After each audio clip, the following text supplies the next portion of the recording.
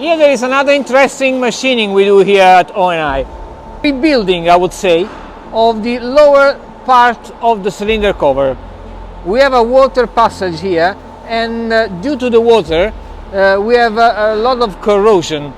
There are two grooves for O-rings, and these grooves after working get deeply corroded.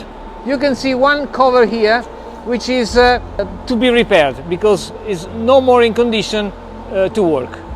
Here we have the cover which is almost finished. What I mean is that the previous preparation has been done, the welding process has been done, and the final machining has been done.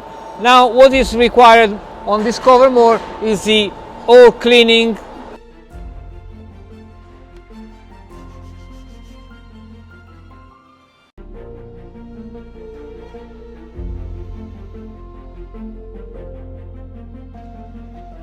This cover should be scraped. With this repair we save a cover and we save the money for a new piece, which is very, very expensive.